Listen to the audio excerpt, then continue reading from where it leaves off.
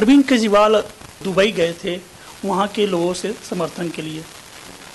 वो कहते हैं कि हम किसी पुरस्कार सम्मेलन में गए थे, लेकिन खबरें आ रही हैं कि वो पुरस्कार सम्मेलन नहीं, वहाँ से गलत तरीके से पैसे ले आने हैं, और जैसा कभी इल्ज़ाम लगा रहे जा रहे हैं उन पे कि ब्लैक मनी को वाइट मनी करने का वो कुछ मुंह का मामला था, उसके लिए गए थे। आखिर सच्चाई क्या है इसमें? अगर मैं कहूँ कि इससे बड़ा पॉलिटिकल टेररिस्ट हिंदुस्तान में अभी तक नहीं आया है, और जब मैं पॉलिटिकल टेररिज्म की बात करता हूँ तो आप ये जान लीजिए कि कोल्ड वॉर के पहले क्या होता था कि ये जितनी ताकतें हैं, इंटेलिजेंस एजेंसीज हैं, जब भी वो रेजीम चेंज करना चाहती थी तो वो चेंज वो लोगों को असैसिनेशन करवा के करती थी। जैसे ईरान में और कई देशों में हुआ है, कुछ लैटिन अमेरिकन स्टेट्स में हुआ है। ये तो अब जाहिर हो चुका है खुले तौर पे, जो CIA के डिक्लासिफाइड डॉक्यूमेंट्स है उस। लेकिन पिछले कोई 8-10 सालों में, और मैं 5 साल कहूँगा, डेमोक्रेसी को ही इस्तेमाल किया जा रहा है ऐसी ताकतों के द्वारा टेररिज्म के लिए। अब ये कुछ वेस्टर्न कंट्रीज है डेमोक्रेसी की बात तो करती हैं, लेकिन इलेक्शंस का सैंक्टिटी वो नहीं रखती हैं जब उनके इंटरेस्ट में नहीं होता है। मैं एक एग्जांपल आपको देता हूं यूक्रेन का। यूक्रेन में इलेक्शन हुआ, कोई एक पॉपुलर इलेक्टेड प्रेसिडेंट थे। वहां पर इसी तरीके से रेजिस्टेंस मूवमेंट चलाया गया, धरना चलाया गया, और जो लोग हैं वहां पर वो इतने हावी हो गए कि वो राष्ट्रपति, वहां की जो राष्ट्रपति का जो मकान था, ये भवन जो था, उसके अंदर वो जाके घुस गए और उन्होंने टेक ओवर कर लिया। तो आप बताइए कि डेमोक्रेसी में अगर इलेक्शंस का सैंक्टिटी नहीं रहेगा तो फिर किस चीज का सैंक्टिटी रहेगा? उसी तरीके से आपको याद होगा कि अरविंद केजरीवाल ने 26 जनवरी को के पहले 2014 की बात कर रहा हूं मैं, उनको जो स्थान नियुक्त किया गया था उनके लिए वो था जंतर मंतर। वहां से उनको वो उठ के चले आए रेल भवन के पास, जो कि बिल्कुल नर्व सेंटर के पास, दिल्ली के इस पूरे हिंदुस्तान का जो नर्व सेंटर है वो है आपका नॉर्थ ब्लॉक, साउथ ब्लॉक और राष्ट्रपति भवन का एरिया। ये आदमी वहां आके बैठा, जबकि उस समय इतना सेंसिटिव पीरियड था, आपका रिपब्लिक डे परेड होने वाला था। उनको किसी ने रोका नहीं, क्योंकि कोई फैसिलिटेट करना चाहता था। मान लीजिए वो अंदर चले आए भी है, आए अपने सपोर्टर्स के साथ, और हो सकता है कि सरकार मान लीजिए किसी मजबूरी में बहुत ज्यादा फोर्स नहीं इस्तेमाल करने का नहीं चाहती थी, लेकिन उसके बाद उनके लिए ये मैट्रेस और तकिया और ब्लैंकेट और खाना और चाय और मीडिया एक्सेस किसने फैसिलिटेट किया? कोई तो किया होगा, किसी का हुक्म हुआ होगा। और उसके बाद के हालात आपको बताते हैं। उसके बाद ये आदमी वहां से आह्वान देता है कि लाखों लाखों लोग यहां पे आ जाओ। वो लाखों लोग आके क्या करते हैं? उसके बाद वो थ्रेट्स इशू करना शुरू कर देता है कि मैं बताऊंगा कि होम मिनिस्टर कहां बैठेगा, शिंदे कहां है, ऐसे बोला था उन्होंने कि शिंदे कहां बैठेगा। विश्वास कीजिए, मुझे ऐसा लगता था कि आगे क्या होगा मुझे भी नहीं मालूम है। अगर वो जो 3-4 लाख आदमी की ये बात कर रहा था, अगर वो यहां पे वो आ जाते और उसी तरीके से जो यूक्रेन में हुआ अगर घुस जाते तो हिंदुस्तान की हालात क्या होती? तो ये आपको ये सिनेरियो क्या गारंटी है कि ये दोबारा नहीं होगा? साहब, अगर उस समय प्रेसिडेंट प्रणब मुखर्जी नहीं होते और वो अल्टीमेटम नहीं इशू करते, और उस समय के जो आर्मी चीफ ने भी कहा परेड को लेकर, उन्होंने कहा कि भाई हमारा परेड का रिहर्सल से इफेक्टिव हो रहा है, तब जाके ये आदमी वहां से उठा है। और तब यही सवाल आता है कि कौन फैसिलिटेट इसको कर रहा है। तो कोई ऐसा व्यक्ति तो नहीं है जो कि वो चाहता है कि पुरानी कांग्रेस मर जाए और ये नया कांग्रेस ये खड़ा करे। कुछ इसमें बाहरी ताकतें तो नहीं। अब आपने सवाल पूछा ये दुबई जाने का। आप बताओ साहब, ये कितना ये पुराना, ये धरती, ये देश, आपने कभी आप सोच सकते हैं कि कोई यूरोप से, कोई कंट्री से कोई नेता यहां पर आए इलेक्शंस के पहले फंड रेजिंग के लिए? कोई मिडिल ईस्ट से आए वहां के इलेक्शंस के पहले? ये आदमी जर्मनी, यूएसए, दुबई इलेक्शंस के पहले जाता है। और ये सारे के सारे लोग, यहां की तमाम मीडिया इस चीज को क्वेश्चन नहीं करती है कि आप ये किस लिए गया था वहां पे। ये बताइए, मैं एक आपसे बात करता हूं, अगर आप पूरा कंट्री ले लें तो पूरे कंट्री में अगर आप पॉपुलेशन का अगर वोट परसेंटेज देखें, चाहे वो कांग्रेस हो, चाहे बीजेपी हो, या उनका वोट परसेंटेज इससे 100 गुना ज्यादा है। तो अगर 100 गुना ज्यादा है तो इसी प्रोपोर्शन में इनका इन्फ्लुएंस भी होगा। जो एनआरआई कम्युनिटी, मान लो जो, तो वो उनको तो फिर 100 गुना चंदा आना चाहिए इसके बराबर। ये कौन सी एक नई पार्टी, मतलब पूरा ये जो क्लेम करता है कि इमेजिनेशन कैच, ये सब झूठ बात है। मुझे मालूम है कि ये आदमी हिंदुस्तान के जो दुश्मन हैं, जो दाऊद के लोग हैं, उससे ये मिला है जाके।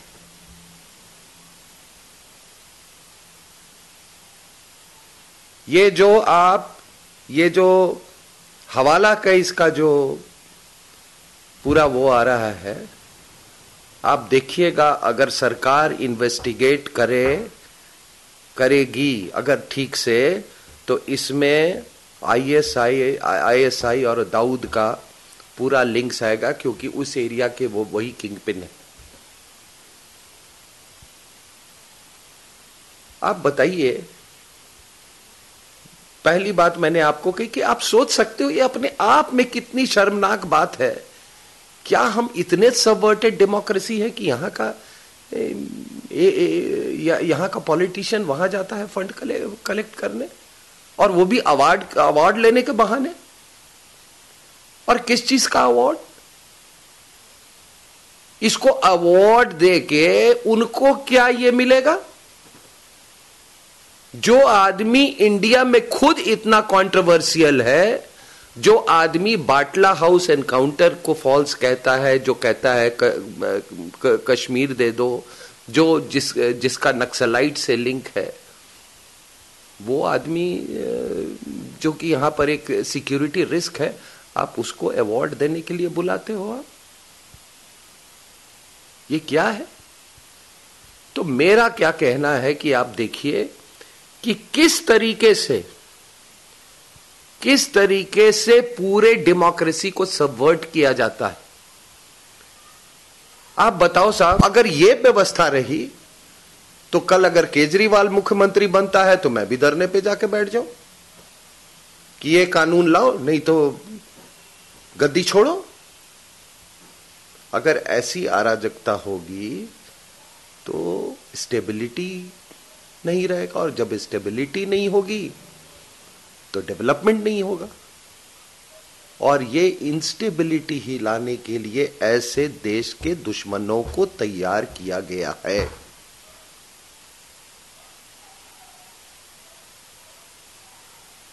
आप बताइए,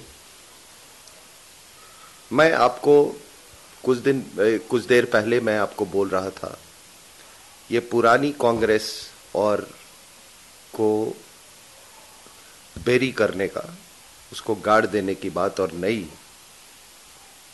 एक ऑर्गेनाइजेशन को खड़े करने का।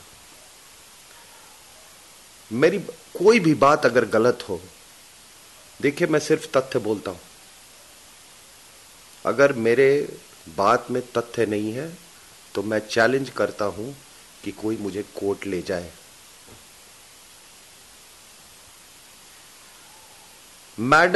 क्या मैडम सोनिया गांधी ने केजरीवाल के लिए ये लिखा था कि इनका पोस्टिंग दिल्ली से नहीं होना चाहिए बाहर? क्या सरकार को लिखा था?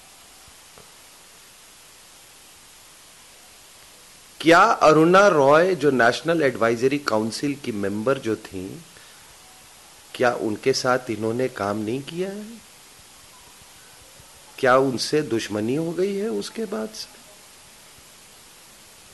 क्या नेशनल एडवाइजरी काउंसिल में सारे अल्ट्रा लेफ्टिस्ट नहीं बैठे हुए थे? और क्या उन अल्ट्रा लेफ्टिस्ट से इनका लिंक नहीं था केजरीवाल का? तो ये सारी की सारी, अभी मैं आपको एक चीज बता देता हूं, ये अल्ट्रा लेफ्टिस्ट का, ये अल्ट्रा लेफ्टिस्ट जो हैं आजकल चाइना से इनका जो भी आइडियोलॉजी मिला होगा इनको, लेकिन वो एक्सट्रीम लेफ्ट विंग आइडियोलॉजी, वो तो नाम माओ का है, जो एक्सट्रीमिस्ट आइडियोलॉजी है, आजकल उसके सबसे बड़े चैंपियन यूरोप में बैठे हुए हैं, फ्रांस में, जर्मनी में, इटली में। और आपको याद होगा कि इटली के 2 लोग हमारे यहाँ टूरिस्ट में बन के आए और उन इलाकों में गए जो कि नक्सल इन्फेस्टेड एरिया था, और अपने आप को एबडक्ट करवाया उन्होंने। आप बताओ साहब, उनको सबसे ज्यादा चिंता हमारे देश के लिए? उसके बाद 10 करीब टूरिस्ट फ्रांस के यहां आए, नवादा के आसपास बिहार में नक्सलियों को मिलने का कोशिश किया, उनको डिपोर्ट किया गया वहां से। और सबसे बड़ी बात है कि जब विनायक सेन का ट्रायल हो रहा था तो यूरोपियन कमीशन के लोग यहां आए और रायपुर गए और उन्होंने पूरी कोर्ट प्रोसीडिंग्स के दौरान वहां खड़े थे। आप बताओ साहब, ये इसको फिर किसने फैसिलिटेट किया? क्या आपको किसी वेस्टर्न कंट्री में इस तरीके से आपके डेलीगेशन को परमिशन मिलेगा? चलो आपने परमिशन दे भी दिया, उसके बाद जैसे ही विनायक सेन को बेल मिला, उसके कुछ घंटों के भीतर या कुछ दिनों के भीतर उनको प्लानिंग कमीशन के हेल्थ कमेटी का मेंबर बनाया गया। वो कहां से फैसिलिटेट हुआ? Same advisory council. और आपको मालूम है वो नेशनल एडवाइजरी, पता नहीं क्या एडवाइजरी वो करती थी, उन्हीं के कहने पे किया होगा। तो Vinayak Sen, Naxals, national advisory council, national advisory council की जो बेनिफैक्टर थी वो और केजरीवाल, अभी आपको सारी नेक्सस समझ में आ गई। तो अगर कोई कहता है कि ये केजरीवाल नक्सल है तो क्या गलत बोल रहे हैं ये। और मैं आपको आज बता रहा हूं कि लोग समझ, देखिए मुझे राजनीति से कुछ लेना देना नहीं है, लेकिन मुझे कुछ यूथ से यहां बहुत शिकायत है, वो यूथ जो कि बिल्कुल जड़ों से अलग हो गए और जो कि सोचते हैं कि पूरी मतलब जिंदगी वो ऑफिस और ऑफिस से पब और वो वाली वो वेस्टर्न उसमें है।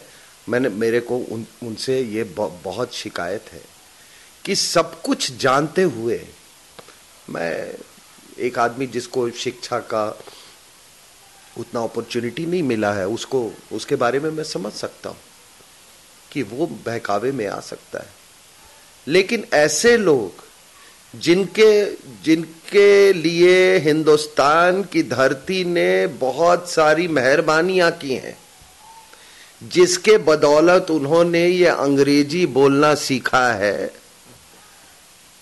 और जो कि फ्रीडम देता है कि आप पब में जाइए और आप जो कुछ भी करना है आप कीजिए, फ्रीडम है, अच्छी बात है।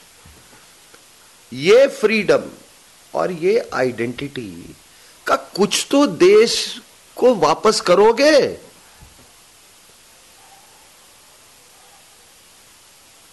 आप कैसे एक आदमी को सपोर्ट कर सकते हो जो कि अपने ही जवानों पे, अपने ही जो लोग जो शहादत जो दे रहे हैं, मान लीजिए आज सभी डिसाइड कर लेते हैं कि कोई देश के लिए नहीं मरेगा, क्या होगा इस देश का? आपने कभी सोचा है?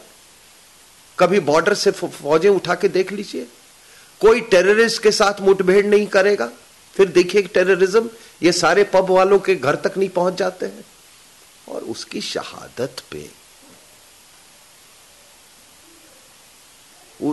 उसकी शहादत पे ये आदमी उसको बाटला हाउस एनकाउंटर को फॉल्स बोलता है।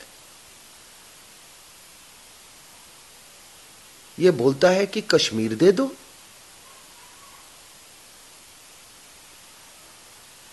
तो क्या कहां कमी, हमारे चरित्र में क्या कमी हो गई है? और मैं आपको बताता हूं, मैं मीडिया में, मैं एज अ सिक्योरिटी एक्सपर्ट कई चैनलों पे जाता हूं और कई पिछले कोई 8-10 साल से यह सिलसिला रहा है। ये जितने लोग जिनकी ये एंटी नेशनल दुकानें चलती थीं मीडिया में और बाहर,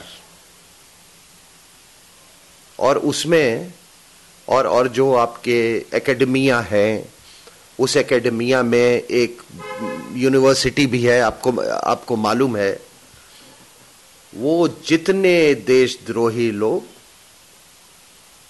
जितने ऐसे एलिमेंट्स थे, वो उनको डर लग रहा है कि उनकी शायद दुकानें बंद ना हो जाएं। वो सारी की सारी ताकतें आप देखोगे एक साथ मिल गई हैं और ये आदमी इतना गिरा हुआ है। साहब, आप एक मोहल्ले में जाते हो, एक जगह पे, स्थान पे, लोगों की भावना ये करते हो, आप कहते हो बाटला हाउस एनकाउंटर है, आपके लोग जाके इमाम बुखारी से मिलते हैं और जब भी फतवा इशू हो जाता है तो उसके बाद तो बड़ा कन्वीनियंट है कि आप बोलो कि हमको फतवे की जरूरत नहीं है। यार इतना तो बेवकूफ मत बनाओ। उसने फतवा दिया और उसका इफेक्ट क्या होगा और आपके कहने का कितना इफेक्ट होगा, हम लोग ये समझते हैं। अभी चर्च पे जो हमला हुआ और अरविंद केजरीवाल अपने चुनाव के अंतिम दिन इसमें उनके साथ में कई लोग इसके विरोध में क्रिश्चियन ऐसा लोगों ने आवाज उठाया, इसका क्या इनसे कुछ लिंक है? देखिए, ये सब कॉमन सेंस की बात है और मैं बड़ा क्लोजली फॉलो कर रहा हूँ ये जितने चर्च पे सो कॉल्ड हमले हुए हैं। अगर कोई धार्मिक द्वेष या उन्माद से कोई इस तरह की घटना की गई होती तो सभी में जो लेवल ऑफ डैमेज होता है वो बहुत ज़्यादा होता है या सिग्निफिकेंट होता है, क्योंकि वो उन्माद का तरीका ही वही होता है। लोग जब उन्माद में आ जाते हैं तो उनको अच्छे और बुरे का वो डिस्क्रिमिनेट करने का वो जो सेंस होता है वो खत्म हो जाता है। लेकिन यहाँ पे कोई दो आदमी आए, मोटरसाइकिल पर एक पत्थर फेंका, तो क्या भाई चोरी हो गई? इसका मतलब ये बड़ा केयरफुली ऑर्केस्ट्रेट किया जा रहा था ताकि इलेक्शंस में इसका किसी को फायदा पहुंचे और ताकि वेस्टर्न कंट्रीज से जो डोनेशन है वो बढ़ जाए। और मैं बता रहा हूं, मेरी खबर ये है कि उसके बाद से डोनेशन, मतलब जैसे वो पंडोरा बॉक्स खुल गया है जब से ये घटना हुई है। अब ये घटना होती है तो यहां के अमेरिकन एम्बेसडर सीधे ओबामा को बात करते हैं। और एक और महिला है एनजीओ की जो आप लोग सबको मालूम है, गुजरात बेस्ड महिला है। हाँ, वो ओबामा की खास वो है, खास एडवाइजर। और एक राष्ट्रपति जो कि वर्ल्ड का लोग जो कहते हैं कि मोस्ट पावरफुल फिगर है, जिसका मतलब जिसके अंदर लाखों डोमेस्टिक इश्यूज हों, जो कि आईएसआईएस से परेशान है, अफगानिस्तान में से परेशान है, यूक्रेन से लेकर परेशान है, उस आदमी को इतना समय मिल गया अध्ययन करने के लिए कि यहां पर चर्च पे क्या हो रहा है। तो ये देखो, मैंने कहा ये सारा पॉलिटिकल टेररिज्म है। ऐसे लोगों को तैयार करके आपके डेमोक्रेटिक सिस्टम में घुसा देंगे। ये हमेशा यही करता रहेगा कि हम तो जी धरना दे रही हैं, मेरा हक है। अरे तुम्हारा हक है, कुछ ड्यूटी भी तो है इस देश के लिए। कि क्या तुम्हारा ड्यूटी है केवल ये बाहर से ये पैसे लेके अपने देश को तबाह करने के लिए? ये तो मफलर के पीछे ये आदमी रावण है, रावण। ये देश की जनता इस चीज को क्यों नहीं समझ रही है? और हकीकत आएगी, इस देश को हकीकत मालूम होगा, लेकिन शायद तब तक हमको अपने आप पर माफ करने का भी वक्त नहीं मिलेगा। आज साहब एक इलेक्शन हुआ है इंडिया में। सारी ताकतें इंडियन इलेक्शंस का मिसाल देती हैं। जिस स्केल पे लॉजिस्टिक्स इन्वॉल्व है यहां पे, और 100 करोड़ 120 करोड़ वाले पॉपुलेशन में और इतने बड़े देश में एक सक्सेसफुल इलेक्शन कंडक्ट करवाना, डेजर्ट्स में, माउंटेन्स में, आइलैंड्स में, ये अपने आप में एक बहुत बड़ा अचीवमेंट है। वो इलेक्शन होने के बाद आप यही सोचते हो ना कि ठीक है, अब एक नई सरकार आई है, उस सरकार को पूरा मौका दिया जाएगा काम करने के लिए। 5 साल तक काम करेंगे। अगर वो 5 साल तक उन्होंने काम ने जो भी किया उन्होंने, तो उनको फिर उसका खामियाजा भुगतना होगा। लेकिन आज आप हकीकत में क्या हो रहा है? आज हकीकत में ये हो रहा है कि इस आदमी ने एक दिल्ली जैसा स्टेट, जिसको फुल स्टेटहुड भी नहीं है, उसका एक सबवर्टेड पॉलिटिशियन पूरे हिंदुस्तान पे हावी हो गया है, क्योंकि सारी आपकी मीडिया यहां पर है, यहां का सिंबॉलिज्म बहुत हाई है। लोग बात करने लगे हैं कि मतलब सरकार के रेफरेंडम की बात करने लगे हैं। तो ये आदमी, आप देखो, एक छोटे से आदमी जो कि दिल्ली से एक पार्लियामेंट्री सीट नहीं जीता, वो आदमी आज पूरे गवर्नमेंट को, पूरे आपकी व्यवस्था को, पूरे पार्लियामेंट्री डेमोक्रेसी को वो हॉस्टेज उसने बनाया हुआ है। अब बताओ इसका ये कितनी बड़ी साजिश थी कि एक आदमी जो कि जिसको 100 सीट भी मान लो मिलने की, उस समय आपको याद होगा 2014 का लोकसभा पोल्स का, सारे चैनल्स आपके चला रहे थे कि अगला प्रधानमंत्री कौन बनेगा, राहुल गांधी, मोदी या अरविंद केजरीवाल। इसका नाम कहां से आ गया? आपको मालूम है जो ये बनारस में लड़ रहा था तो 23 एनजीओ,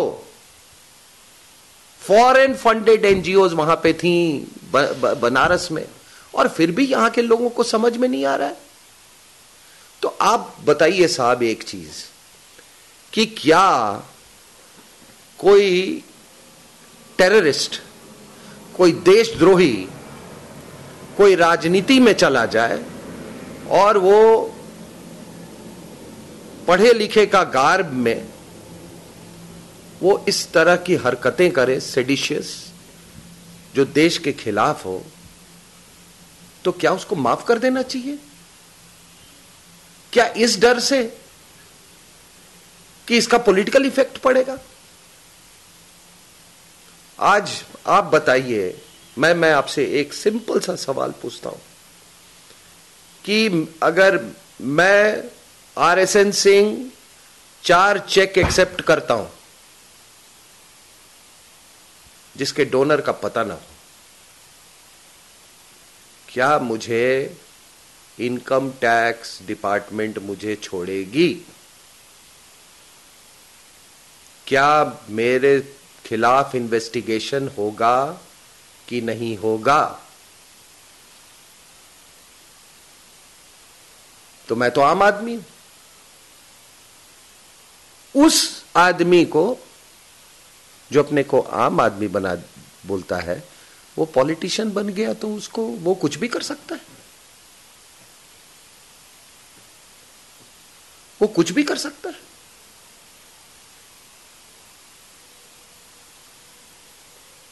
तो ये देखिए, जो मैंने कहा कि ये is a perfect example of political terrorism.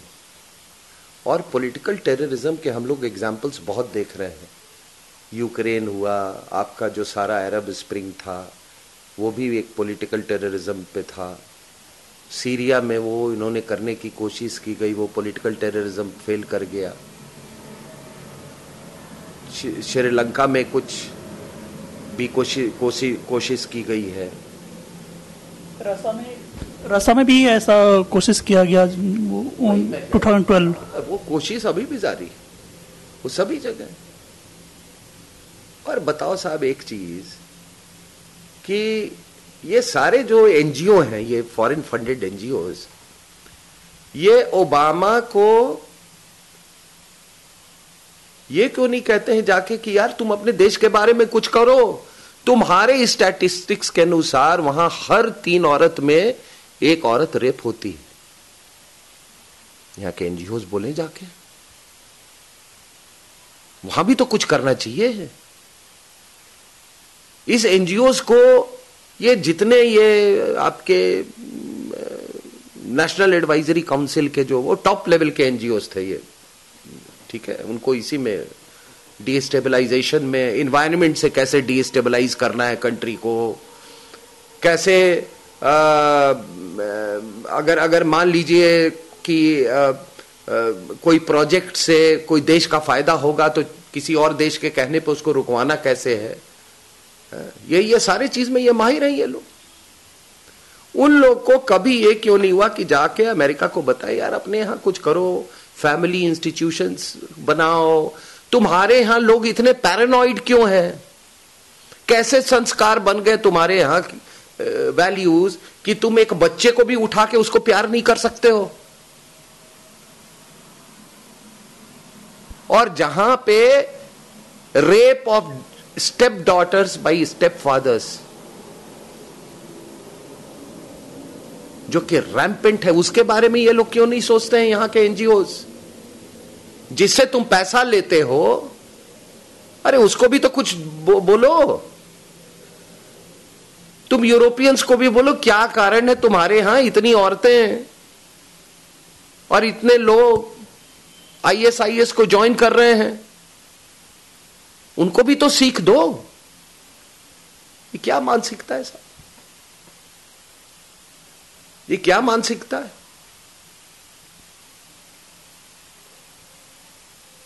और ये जो मैंने बोला कि ये जो पूरे मैं अगर आप देख रहे होगे, ये पूरे आपका जो ये जो एंटी नेशनल एलिमेंट्स है सारे, और वो एलिमेंट्स जिनको लग रहा है कि दुकानें बंद हो सकती हैं, वो दे हैव स्मेल्ट ब्लड, उन्होंने खून अभी सूंघ लिया, उनको लग रहा है कि ये चुनाव जीत जाएगा। और आने वाले दिनों में मैं आपको एक बात कह रहा हूं, अगर ये आदमी चुनाव जीत के आ गया तो आप समझ जाओ कि ये आपके मीडिया में कुछ लोग और जो प्रिंट मीडिया में और ऑडियो विजुअल मीडिया में, ये हर दिन इस आदमी से सेंट्रल गवर्नमेंट को गाली दिलवाएंगे और ये हमेशा न्यूज में बना रहेगा, पूरी दिल्ली का फोकस, और ये आदमी गार्नर करेगा और यहां से कंट्री को डीस्टेबलाइज करेगा। इस बात को लोग समझ लें कि वो क्या करने जा रहे हैं। इस संदर्भ में बिहार के लालू प्रसाद जी, उन्होंने बोला कि अभी हम लोग कई योजनाएं बना रहे हैं, कई प्लानिंग कर रहे हैं, जिसके आधार पे जो एनडीए गवर्नमेंट को, मोदी की जो गवर्नमेंट है, उसको 1.5-2 साल में खत्म कर देंगे। तो क्या इसका भी कोई इनका कुछ, इन लोग का जो अभी समीकरण जैसे बढ़ रहा है कि ये जनता परिवार इकट्ठा हो गए हैं और जनता परिवार ये अरविंद केजरीवाल को सपोर्ट करे, तो कहीं कुछ इन सब का संबंध है क्या? मैंने आपको एक बता दिया कि विनायक सेन जैसे लोगों को कहां से प्रोटेक्शन मिलता था, ठीक है। अनफॉर्चुनेटली जब एक कोई एक्स्ट्रा कॉन्स्टिट्यूशनल अरेंजमेंट होता है, एक्स्ट्रा कॉन्स्टिट्यूशनल अरेंजमेंट जैसे कि एक सुपर प्राइम मिनिस्टर हो और एक वर्किंग प्राइम मिनिस्टर, तो ये ऑब्वियस है कि दोनों दो पावर से प्रॉप अप हो रहे हैं, ठीक है। वो ये नहीं है कि कोई शौक से कोई ऐसा अरेंजमेंट पे जाते हैं, वो मजबूरी में है, तो मजबूरी का एक्सटर्नल पावर्स फायदा उठाते हैं। तो उसमें आप देखो तो एक सेंटर था जो कि बोलता था कि नक्सलिज्म देश का सबसे बड़ा खतरा है, और उनके ऊपर वाला जो सेगमेंट जो था वो बढ़ावा दे रहा था नक्सलिज्म को। तो ये दोनों दो इंटरनेशनल इन्फ्लुएंसेस के उसमें काम थे। जब भी ऐसी सरकारें बनती हैं और जो एक्स्ट्रा कॉन्स्टिट्यूशनल अरेंजमेंट होता है, तो उसमें मतलब जो ये एक्सटर्नल पावर्स हैं उनको तो मजे आ जाते हैं, सारे काम करवा लो उनसे। आपने देखा होगा कि किस तरह से न्यूक्लियर डील में ऐसे लग रहा था कि कुछ लोगों की नहीं हुआ तो नानी मर जाएगी उनकी, और कुछ लोग उसके जो खिलाफ थे उनको एक देश के एम्बेसडर ने जाके उनको बोला कि ऐसा मत कीजिए, आपको हमने ऑयल फॉर फूड स्कैम में बचा दिया था, लेकिन बहुत दिन तक हम चुप नहीं रह पाएंगे। हो गया। मैं डील के क्या है खिलाफ में अच्छा है वो उस पर मैं जा ही नहीं रहा हूं, लेकिन मैं अपना ड्यूटी समझता हूं कि अब देश के लोगों को ये चीजें बताने की। अभी एक स्टेबल सरकार बनी है, मतलब उसको तुम आप कह रहे थे सबोटाज, हाँ वो तो होगा।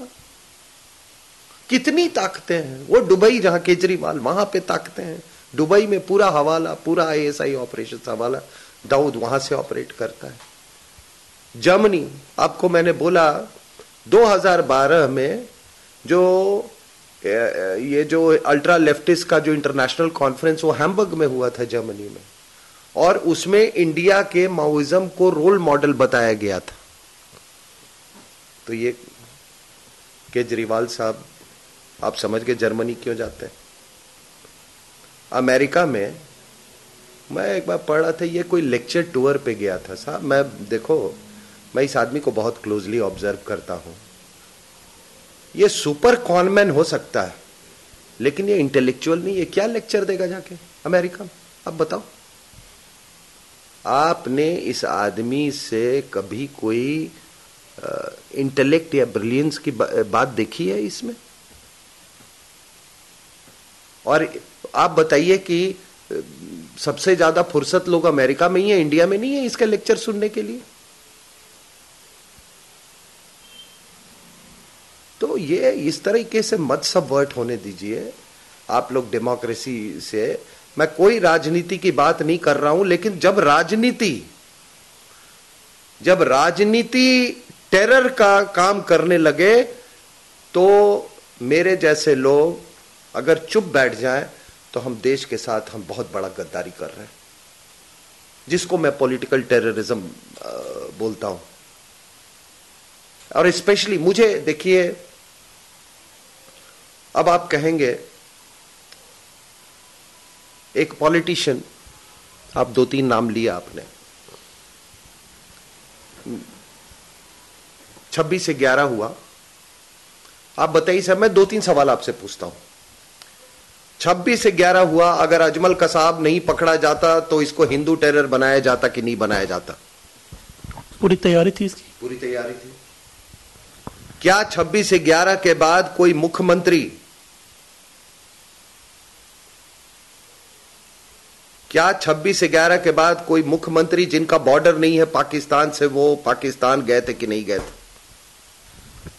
इमेज और वीडियो दोनों उपलब्ध है। ठीक है। क्या एक पॉलिटिशियन अपने चुनाव में ओसामा बिन लादेन का लुक लाइक लेके घूम रहा था कि नहीं? ये सच है। ये 2013 के चुनाव में नहीं, उसके पहले, आप उसके पहले देख लीजिए, उसको लेके घूमते थे। आप तभी जब लेके घूमेंगे ना जब आपको ये मिलेगा कि ये इसका मुझे फेवरेबल रिस्पांस होगा, मुझे इलेक्टोरल फायदा होगा। तो साहब, मैं ये नहीं कहता हूं आपके यहां जो भी इंडिजिनस इज्म हो, इंडिजिनस इज्म की मैं बात कर रहा हूं। ये सारे इज्म, ये कम्युनिज्म, सोशलिज्म, ये सारे फॉरेन के ये हैं इज्म्स हैं, जो यहां मिट्टी से निकली हुई जो इज्म है। अगर वो इज्म पे हम ध्यान देते, और मेरे लिए एक ही वो इज्म है, वो है नेशनलिज्म, जो आपके मिट्टी से निकली हुई हो वही आपको सर्व करेगा। और एक मैं आपको एक बता दूं एक बात, कि लोग ना आपको कहेंगे कि आप सबसे बड़े पेट्रियट हैं। तो मैं आपको बोलता हूं कि पेट्रियट की 2-3 चीजें होती हैं। एक पेट्रियट हमेशा बोलेगा कि हम एक कैसे थे और एक कैसे रह सकते हैं, हमारा इतिहास में एकता कहां कहां पे है। जो देश का दुश्मन है वो हमेशा बोलेगा कि आप अलग, हम लोग अलग अलग कैसे हैं। एक पेट्रियट बोलेगा कि आप देखो साहब, मणिपुर से लेके केरला तक लोग साड़ी पहनते हैं, एकता है। जम्मू से शुरू करो और केरला तक पहुंचो तो दाल है, वो दाल सांभर बन जाता है, एकता है। सारी भाषाएं जो हैं अगर आप ध्यान से सुनो तो स्टेट्स की, वो समझने में दिक्कत नहीं होती। लेकिन एक एंटी नेशनल बोलेगा अरे इंडिया तो बहुत डाइवर्स कंट्री है। एक पेट्रियट हमेशा बोलेगा कि आप अगर आत्मनिर्भर होना चाहते हो तो आप इंडिजिनस कैपेबिलिटी पे फोकस करो। एक एंटी नेशनल है, वो हमेशा बाहर से खरीदने की बात करेगा। तो ये कह देना कि आप ही सोचते हैं कि आप पैट्रियटिज्म है, आप अपना पैट्रियटिज्म, वो सब अंग्रेजी बोलते हैं, अपने स्लीव पे मत रखिए, मैं तो स्लीव पे लेके चलता हूं। तो जब देश का नेता, जो नेता बनना चाहता है, वो जब फॉरेन कंट्रीज में वो जा रहा है आपके इंडिजिनस डेमोक्रेसी को इन्फ्लुएंस करने के लिए, तो वो राष्ट्रवादी है या एंटी नेशनल है? ये जवाब हमारे हिंदुस्तान के लोगों को देना होगा।